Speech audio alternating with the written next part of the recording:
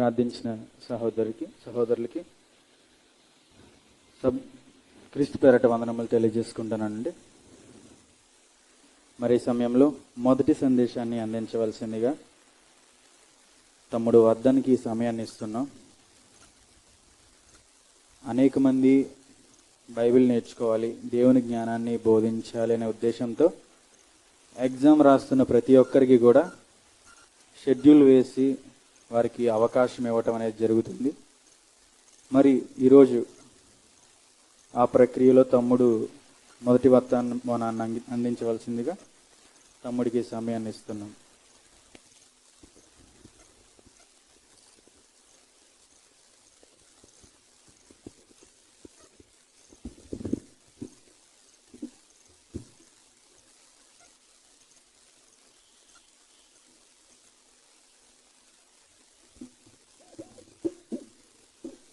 వందనాలండి. వినిపిస్తున్నాను. ప్రార్థన చేసుకున్నాం. పరలోకమందున్న మా కన్న తండ్రి, మీ ఘనమైన శ్రేష్టమైన నామానికి స్తుతులు స్తోత్రాలు చెల్లిస్తున్నాం తండ్రి. గడిచిన కాలమంతా మమ్మల్ని కాచి కాపాడినందుకు నీకు స్తోత్రములు నాయన. ఇదిగో తండ్రి, నీ మాటలు నేను చెప్పుచుండగా అందరికీ అర్థమయ్యేలాగా బోధించగలిగే జ్ఞానాన్ని మాకు దయచేయండి తండ్రి. పరిశుద్ధాత్మను సహాయంగా దయచేయండి తండ్రి. నా ఈ చిన్న ప్రార్థనను యేసుక్రీస్తు నామమున అడిగి వేడుకుంటున్నాం తండ్రి. ఆమేన్. ఫస్ట్ టైం అండి మీరు మెసేజ్ చెప్పడం రాకపోవచ్చు, కొంచెం భరించండి, అడ్జస్ట్ అవ్వండి. ఈ కాలంలో చాలామంది క్రైస్తవ బోధకులు చేసే పని ఏంటంటే జనాలను ఆకట్టుకోవడానికి నాకు దేవుడు కనబడతాడు, వినపడతాడు, రాత్రిపూటలు నా కల్లోకి వస్తాడు, నాకు ఈ పని చేయాలి ఆ పని చేయాలి అని చెప్తాడు అని చెప్పేసి చాలామంది చెప్తూ ఉంటారు. ఇదంతా దేనికి అంటే పరలోకం వెళ్ళడానికి మెసేజ్ కాదండి, జనాల్ని ఆకట్టుకోవడానికి, కొత్త జనాలు రప్పించుకోవడానికి వీళ్ళు చెప్పే తప్పుడు బోధలు. మరి ఇవన్నీ ఖండించాలి కదండి. ఇవన్నీ ఎందుకు ఖండించాలి, ఇవి ఎందుకు తప్పు అంటే కనుక 1 కొరింథీ 4:5 1 కొరింథీ 4:5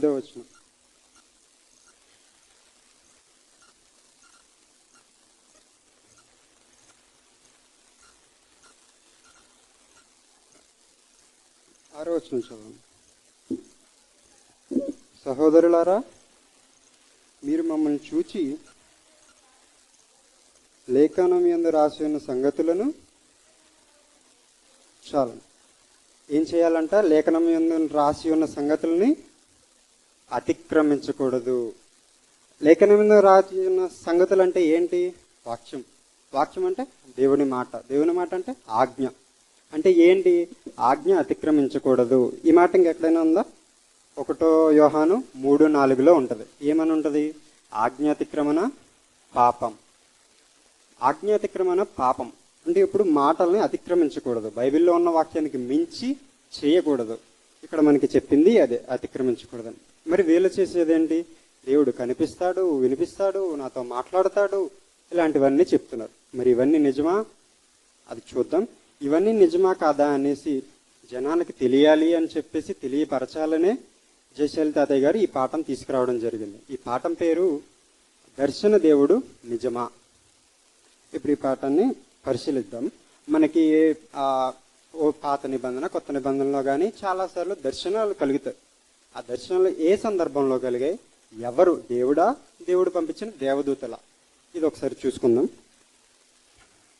ఆదికాండము 18:1-2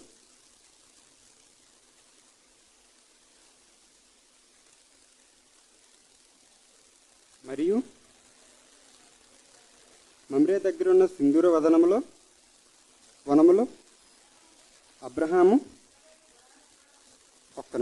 ఎండవేళ గుడారపు ద్వారమునందు. అంటే ఎండవేళ అంటే పగల రాత్ర? పగటిపూట. చదవండి. కూర్చుని ఉన్నప్పుడు యెహోవా అతనికి కనబడెను. 2 అతడు కన్నులెత్తి చూచినప్పుడు 3 మనుషులు అతని ఎదుట నిలవబడి ఉండిరి. అతడు వారిని చూచి గుడారపు వాకిటి నుండి వారిని ఎదుర్కొంటకు పరిగెత్తి నేలమట్టు వంగి చాలు. ఇక్కడ ఎవరు కనబడ్డారంటండి? ముగ్గురు మనుష్యులు. అంటే ఎవరది? దేవుడా? కాదండి. ముగ్గురు మనుషుల రూపంలో దేవదూతలు వాళ్ళు కనబడ్డారు. ఈ అధ్యాయం మొత్తం చదువుకెళ్తుంటే మనకు అది తెలుస్తుంది. 19వ అధ్యాయం 1వ వచనం చదవండి. అదే ఆదికాండం. ఆ సాయంకాలమందు ఆ ఇద్దరు దేవదూతలు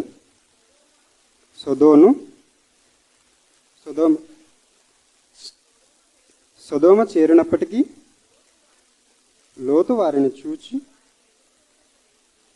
వారిని ఎదుర్కొనుటకు లేచి, లోతు సొదోము గనిని యొద్ద కూర్చుని ఉండెను. లోతు వారిని చూచి వారిని ఎదుర్కొనుటకు లేచి సాష్టాంగ నమస్కారం చేసి, అంటే అక్కడ ఎవరండి మనకి ఇందాక కనబడింది? దేవదూతలు. కన్ఫామ్ కదా? ఇప్పుడు ఈ లోతు గారికి వచ్చిన ఈ దర్శనం ఎప్పుడుదండి? అందులో ఉంటుంది చూడండి, ఆ 19:1 సాయంకాలమందు. మొదటి మాట అదే, సాయంకాలమందు వచ్చిన విజన్ ఇది, దర్శనం అదే. ఇందాకది ఎప్పుడు వచ్చిందండి? బాగా ఎండ ఉన్నప్పుడు. బాగా ఎండ ఎప్పుడు ఉంటుంది? తెల్లవారుజామున ఉంటుందా? సాయంత్రం ఉంటుందా? మిట్ట మధ్యాహ్నం ఉంటుంది. మిట్ట మధ్యాహ్నం నడినెత్తి ఎండ అంటారుగా, అది బాగా ఎండ అంటే. ఓకేనా? ఇప్పుడు మనకి రెండు ఎప్పుడు వచ్చినాయో తెలిసిందే. సూర్యుడు ఉన్నప్పుడు వచ్చినాయా, సూర్యుడు అస్తమించాక వచ్చినాయా? సూర్యుడు ఉన్నప్పుడే వచ్చినాయి. ఇంకో సందర్భం చూసుకుందాం. నిర్గమకాండము 3వ అధ్యాయం 1 నుండి 4 వచనాలు. మోషే విజ్ఞాని యాజకుడైన ఇత్రో అను తన మామ మందను మేపుచు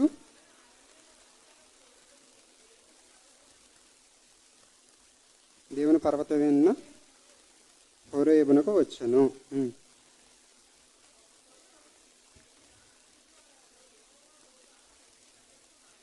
ఎక్కడ ప్రత్యక్షమయ్యారు? ఎవరు ప్రత్యక్షమయ్యారంటండి? పొదనడిమిన ఎవరు? యెహోవా దూత. ఇక్కడ ఎక్స్ప్లెయిన్ చేయడానికి ఏముందండి? యెహోవా దూత అని అక్కడే ఉంది కదా. ఇంకా దాన్ని దేవుడని ఎందుకు అనుకుంటారంటే, కొంచెం కింద చదవండి. ఆ పొద కాల్చుండగా ఆయన అది ఎందుకు కాలట్లేదని చెప్పి చూస్తాడు. ఆ కింద 4వ వచనం చదవండి. దాన్ని చూచుటకు అతడు ఆ తట్టు వచ్చుట యెహోవా చూచును. దేవుడు ఆ పొదమ నడుమ నుండి మోషే అతను పిలిచిన. చాలండి. ఇందాక ఎవరో వచ్చారని ఉండండి, దేవదూత. పొదల మధ్యలో దేవదూత వచ్చానుగా. మరి ఇక్కడ ఏముంది? దేవుడే పిలిచాడని ఉంది. ఎందుకు ఇలా ఉంది? అది నేను మీకు ఒక ఉదాహరణ చెప్తాను చూడండి. మీకు ఒక పోస్ట్ వచ్చింది. ఆ పోస్ట్ నేను రాశాను అనుకోండి. ఇప్పుడు ఆ పోస్ట్ మీ దగ్గరికి వచ్చాక ఆ పోస్ట్ మీరు చదువుతారు. ఏదో ఒక లెటర్ ఉంటుంది, ఏదో ఒకటి చదువుతారు. అది చదివాక ఈ లెటర్ ఇందులో ఉన్న మాటలన్నీ వర్ధన్ మీకు చెప్పాడంటాడా, ఈ పోస్ట్ మ్యాన్ చెప్పారంటారా? వర్ధనే చెప్పారంటారు కదా. అంటే నేను మీకు చెప్పినట్టుగా ఈ పోస్ట్ మ్యాన్ కేవలం తీసుకొచ్చి ఇచ్చాడు. ఇక్కడ దేవదూతలు అదే, ఆయన ఆజ్ఞను వీళ్ళు కేవలం తీసుకొచ్చి ఇవ్వడం వరకే వీళ్ళ పని. ఇది అపోస్తుల కార్యాలు 10వ అధ్యాయం 2-3 వచనాలు చదవండి. ముందు అపోస్తుల కార్యం 7వ అధ్యాయం 30 వచనం.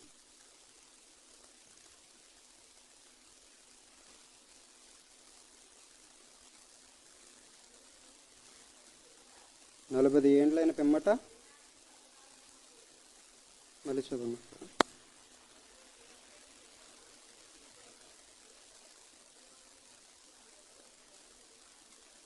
చాలు. ఎవరు కనబడ్డారంట? అంటే ఇందాక మనకి మోషే గారికి కనబడింది ఎవరు?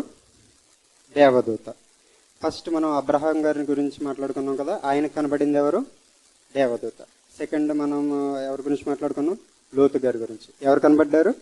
దేవదూత. మోషే గారికి ఎవరు కనబడ్డారు? దేవదూత. వీరందరికీ ఎప్పుడు కనబడ్డారు? రాత్రిపూట, సూర్యుడు ఉన్నప్పుడా? సూర్యుడు ఉన్నప్పుడు. కొర్నేలి గారికి దేవదూత కనబడతారు. అదే ఇప్పుడు అపోస్తుల కార్యాలు 10వ అధ్యాయం 2-3 వచనాల్లో ఆయన కనబడతారు. అక్కడ టైం కూడా ఇస్తారు, సరిగ్గా చదవండి.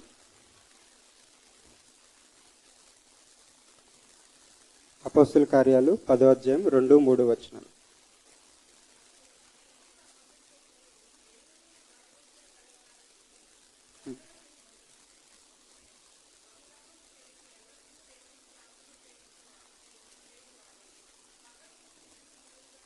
చాలు. పగలు ఇంచుమించు 3 గంటలు. పగలు ఇంచుమించు 3 అంటే ఎప్పుడండి? మధ్యాహ్నం పూట. మీకు ఇందాక డౌట్ రావాలి, మోషే గారు అది కరెక్ట్గా పగలున్నప్పుడే అని ఎలా చెప్పాను అని. గొర్రెల మందను మేపుకొని ఏ టైంలో వెళ్తారండి? మీరు అందరికీ తెలిసే ఉంటుంది. గొర్రెలు కానీ మేకలు కానీ మేపుతూ ఏ టైంలో వెళ్తారు? పొద్దున్న వెళ్ళి సాయంకాలం తిరిగి వస్తారా? సాయంకాలం వెళ్ళి రాత్రి అంతా ఉండి పొద్దున్న వస్తారా? పొద్దున్నే వెళ్ళి సాయంకాలం తిరిగి వస్తారు. అంటే పగటి సూర్యుడు వెళ్తున్నప్పుడే కదా. మనకంటే ఈ లైట్లు ఉన్నాయి, అప్పుడు అవి కూడా లేవు. లాంతర్ మీద డిపెండ్ అవ్వాలి, అదంతా కష్టం. కాబట్టి ఆయన ఏ టైంలో వెళ్ళి ఉండాలి? పగటి పూటే వెళ్ళి ఉండాలి. ఇప్పుడు ఈ నలుగురికి వచ్చిన విజన్ ఎప్పుడు వచ్చింది? పగటి పూటే వచ్చింది. మరి మన వాళ్ళకి ఎప్పుడు వస్తాయండి? మన పాస్టర్లు గారు చెప్తా ఉంటారు కదా బయట వాళ్ళు, నైట్ వస్తాయి, కల్లో వస్తాయి. అంటే దేవుడు అపాయింట్మెంట్ తీసుకుని వీళ్ళ దగ్గరికి వచ్చి, పొద్దున్న మీరు బిజీగా ఉంటారు, ఇప్పుడు ఖాళీయేనా అని చెప్పి దేవుడు రాత్రిపూట వచ్చి పలకరించేసి వెళ్తూ ఉంటాడు అనమాట. అసలు దేవుడు ఓకే, ఇప్పుడు ఈ దేవదూతలు వచ్చినాయి, ఇది ఫిక్స్. దేవుడు ఎందుకు రాలేదు? దేవదూతలను ఎందుకు పంపించాడు? అది చూద్దాం ఒకసారి. 1 తిమోతి 6:16. తిమోతికి రాసిన మొదటి పత్రిక 6వ అధ్యాయం 16వ వచనం.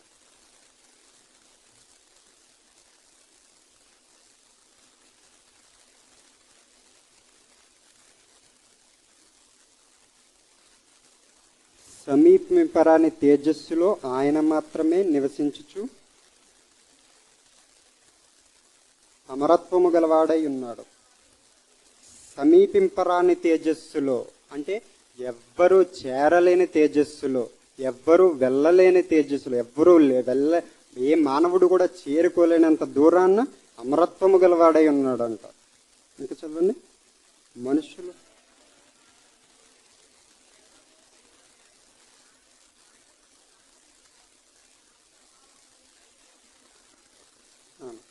ఇక్కడ మనుష్యులలో ఎవ్వడును ఆయన చూడలేదు, ఎవ్వడును చూడనేరడు. అంటే దాని అర్థం ఏంటండి? ఎవ్వరు చూడలేరనే కదా. చూడలేదు అనుంది, చూడనేరడు అనుంది. అంటే ఇప్పటి వరకు ఎవ్వరు చూడలేదు.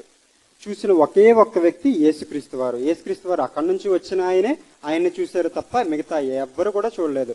యోహాను పత్రిక 1వ అధ్యాయం 18వ వచనంలో ఉంటది, యేసుక్రీస్తు తప్ప ఇంకెవ్వరు కూడా చూడలేదని. నిర్గమకాండం 33వ అధ్యాయం 20వ వచనం తీయండి.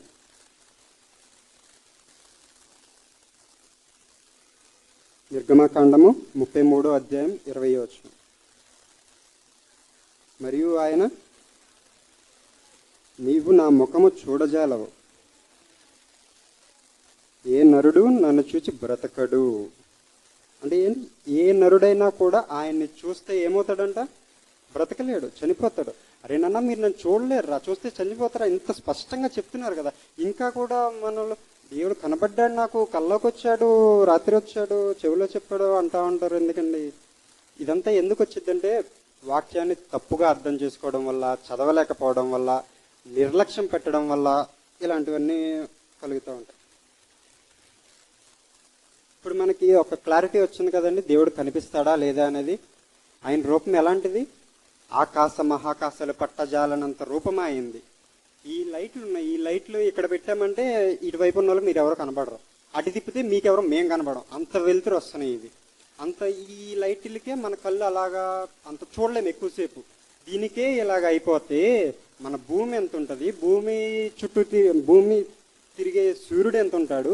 ఆ సూర్యుడు 100 భూములు పట్టేంత వెయిట్ సైజు సూర్యుడైతే 500 కోట్ల సూర్యులు పట్టేంత సైజు యువైస్కుటి అనే ఒక నక్షత్రం. అలాంటి అంత పెద్ద నక్షత్రం ఎన్ని నక్షత్రాలు పడితే పాలపంత నక్షత్రం అవుతుంది? ఎన్ని పాలపంత నక్షత్రాలు కనబడితే యూనివర్స్ అవుతుంది? ఇన్ని యూనివర్స్ని క్రియేట్ చేసిన ఆయన ఇంకెంత పెద్దగా ఉంటాడు? అంత ఆయన వీళ్ళ కళలోకి వచ్చాడంట. ఏమనాలి దీన్ని? సరే, మనకి దేవుడు కనపడ్డు, ఇది కన్ఫర్మ్. మరి వినపడతాడు అనేది ఒకటి తీసుకొస్తారు. కనపడ్డ అయిపోయింది, ఇప్పుడు వినపడతాడనమాట వీళ్ళ కళ. అది కూడా చూద్దాం ఒకసారి. కీర్తనలు 21వ అధ్యాయం 9వ వచనం.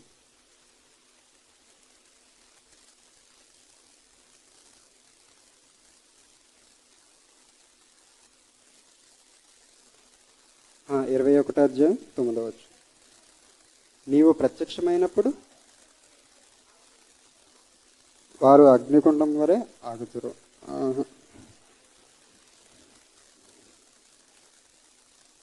ఏమవుతారు అంటే అగ్నికుండం వలె ఆహుతులు. ఇది దేవుడు చూస్తే ఏం జరుగుతుంది అని, ఆయనను చూసినప్పుడు మనకి ఏం జరుగుతుంది అనేది ఇది. కీర్తనలు 29వ అధ్యాయం 3వ వచనం చదవండి. యెహోవా స్వరము జలముల మీద వినబడుచున్నది, మహిమ గల దేవుడు ఉరుము వలె గర్జించుచున్నాడు. ఉరుము వలె గర్జించుచున్నాడు. ఉరుము ఎంత గట్టిగా వస్తుందండి శబ్దం, చాలా గట్టిగా వస్తుంది. దాని దగ్గరలో ఉంటే మన చెవులు గుయ్యమంటాయి. ఈ స్పీకర్ ఫుల్ సౌండ్ పెడితే ఇక్కడ 10 నిమిషాలు కూర్చోలేరు. మన పబ్లిక్ మీటింగ్స్లో స్పీకర్లు పెడతాం కదండి, ఆ స్పీకర్ దగ్గర 4 వీడియో సాంగ్లు వేసి ఫుల్ సౌండ్ పెడితే చెవులు పోయినట్టే. ఇంకా 120 డెసిబిల్స్ కన్నా ఎక్కువ సౌండ్ వినబడితే మన చెవులు వినబడవు. ఇంకా గుయ్యమనే ఒక రీసౌండ్ వచ్చేస్తుంది. అంత ఆయన సౌండ్, అంత శబ్దం గల ఆయన, అంత రూపం గల ఆయన మాట్లాడితే ఆ వైబ్రేషన్కి వీళ్ళ చెవులో వినబడిందంట. 46వ అధ్యాయం 6వ వచనం చదవండి. కీర్తనలు 46వ అధ్యాయం 6వ వచనం చదవండి.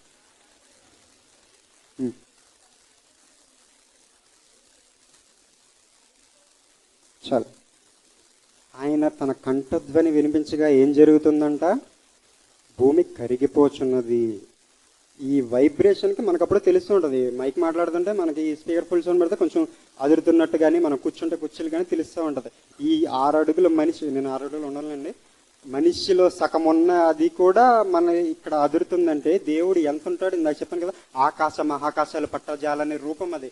అంత పెద్ద ఆయన మాట్లాడితే ఆ స్వరం వైబ్రేషన్కి ఏమవుతున్నాయంట, రాజ్యాలు కదిలిపోతున్నాయి, భూమి కరిగిపోతుంది. ఇంత శబ్దం దేవుడు అంటే, ఆ శబ్దం మనం వినలేము. వింటే ఏమైపోతుంది, చెవులు పగిలిపోతాయి. దేవుడు వినపడ్డు, కనపడ్డు, ఇది కన్ఫర్మ్. ఇవన్నీ ఎందుకు వస్తాయి అంటే, దేవుడు వినపడతాడు, కనపడతాడు అనుకునేది వాళ్ళ వెర్రితనం, పిచ్చితనం. అయితే అది నలుగురికి చెప్పి 10 మందిని మోసం చేస్తున్నారు కదా, ఇది పాపం. దేవుడు వినపడ్డు, కనపడ్డు ఫిక్స్ కదండి. ఫస్ట్ మనం అబ్రహాం గారి దగ్గర చూసుకున్నాము, తీతు గారి దగ్గర చూసుకున్నాము, మోషే గారి దగ్గర చూసుకున్నాం, కొర్నేలి గారి దగ్గర చూసుకున్నాం. వీళ్ళందరికీ పకటిపూట కనపడ్డారు, అది కూడా దేవదూతలు కనపడ్డాయి. తర్వాత ఇక్కడ మనం రిఫరెన్స్లు చూసుకుంటే దేవుడు వినపడ్డు. వినపడితే ఏం జరుగుతుంది, భూమి కరిగిపోయేంత శబ్దం అయింది, ఆయన వినపడ్డు. కానీ గలతీ 3వ అధ్యాయం 19వ వచనం.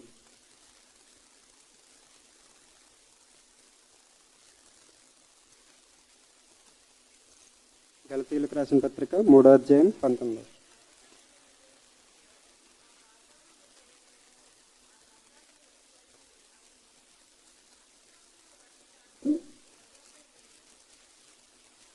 చదవండి.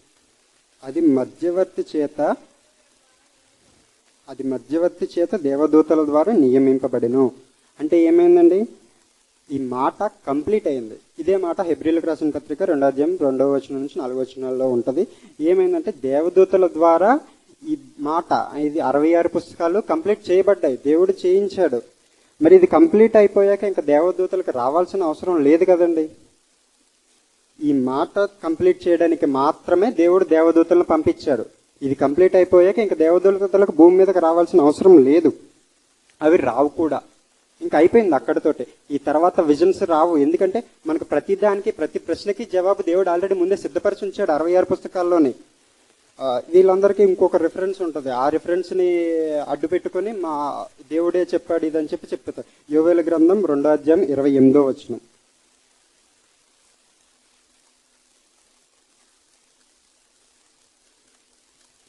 యోవేలు గ్రంథం 2వ అధ్యాయం 28వ వచనం.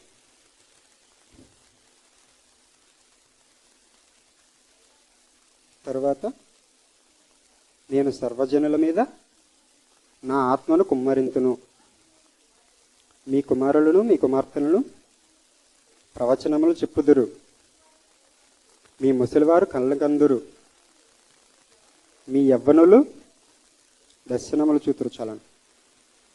ఈ వాగ్దానం ఎవరి గురించండి? ఇది 27వ వచనం చదవండి ఒకసారి. అప్పుడు ఇశ్రాయేలు మధ్యనున్నవాడు నేనే అనియు, నేనే మీ దేవుడైన యెహోవా అనియు, నేను తప్ప వేరొక దేవుడు లేడనియు మీరే తెలుసుకున్నారు. చాలు చాలు చాలు. ఈ 28లో చూసిన ఈ ప్రాఫెసీస్ అన్నీ కూడా ఎవరి కోసమండి? ఇశ్రాయేలీల కోసం. మరి ఈ నెరవేరినయా అంటే నెరవేరినాయి. అపొస్తలుల కార్యాలు 2వ అధ్యాయం మొత్తం దాని గురించే ఉంటుంది. పెంతెకోస్తు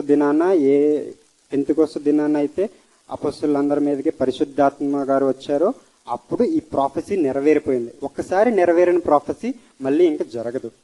ఆల్రెడీ ఇక్కడ ఒకసారి నెరవేరిపోయింది అంటే ఇది మళ్ళీ జరిగే ఛాన్స్ లేదు. ఆల్రెడీ అయిపోయిన దాన్ని ఈ రెఫరెన్స్ని అడ్డు పెట్టుకొని చూపిస్తున్నారు. మీరు ఎవరైనా యోవేలు గ్రంథం 2వ అధ్యాయం 28వ వచనం చూపించి దేవుడే ఇచ్చిన మాటది, దేవుడే కనిపిస్తానని చెప్పాడు, మీ యవ్వనాలకు విజన్స్ కనిపిస్తాయని చెప్పాడు అంటే కనుక మీరు ధైర్యంగా అపొస్తలుల కార్యాలు 2వ అధ్యాయం చూపించి ఇక్కడ ఆల్రెడీ నెరవేరిపోయింది, మళ్ళీ ఇది జరిగే ఛాన్స్ లేదు అని చెప్పొచ్చు. ప్రకటన గ్రంథం 22వ అధ్యాయం 18వ వచనం.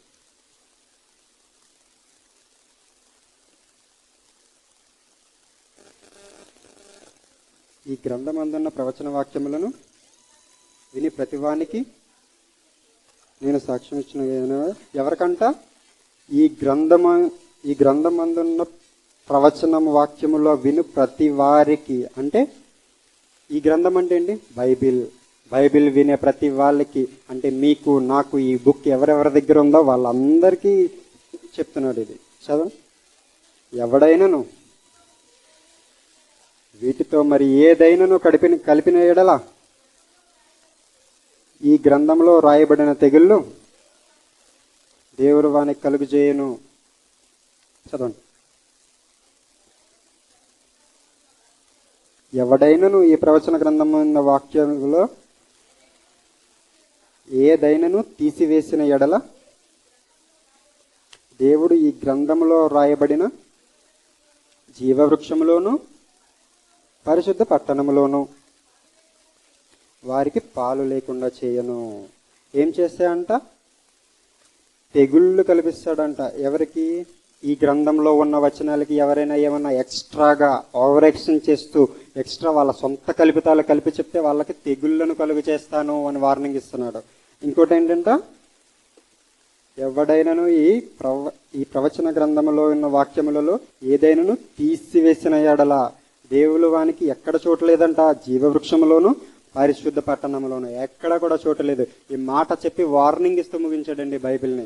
అంటే ఇదంతా ఎందుకు చదవట్లేదు, ఎందుకు అర్థం చేసుకోకుండానే వీళ్ళంతా కూడా దేవుడు కనపడ్డాడు వినపడ్డాడు అని చెప్పేసి తప్పుడు బోధలు చెప్తున్నారు. ఇవన్నీ తప్పుడు బోధలు, మీరు నమ్మకుండా ఉండాలి. అలాగే వీరందరికీ ఇవి చూపించి ఇది కాదు నువ్వు చెప్పేది తప్పు అని చెప్పాలి. ఎందుకంటే అవతల వాక్యాన్ని తప్పు పట్టే వాళ్ళు అది మీకు తెలిసింది, వాక్యాన్ని వాళ్ళు తప్పు బోధిస్తున్నారని తెలిసి వాళ్ళని ఖండించకుండా ఉంటే అది కూడా పాపమే. కాబట్టి మీరు ఒళ్ళు దగ్గర పెట్టుకుని వాక్యాలని చదివి అర్థం చేసుకుని విని కొంత అచ్చట కొంత ఇచ్చట ఉంటుంది, అదంతా కూడా గ్యాదర్ చేసుకుని టైము కాన్సెప్ట్ మొత్తం అర్థం చేసుకుని బైబిల్ నేర్చుకోవాల్సిందిగా కోరుకుంటూ నా ఈ చిన్ని మాటలు ముగించుకుంటున్నాను. నాకు ఈ అవకాశం ఇచ్చిన పెద్దలకు థ్యాంక్ యూ. ముందుగా నా చేత ఇప్పటివరకు మాటలు మాట్లాడించిన తండ్రి అయిన దేవుని గారికి వందనాలు. ఈ అవకాశం ఇచ్చిన పెద్దలకు ఇప్పటివరకు నన్ను భరించిన మీకు వందనాలు. Thank you.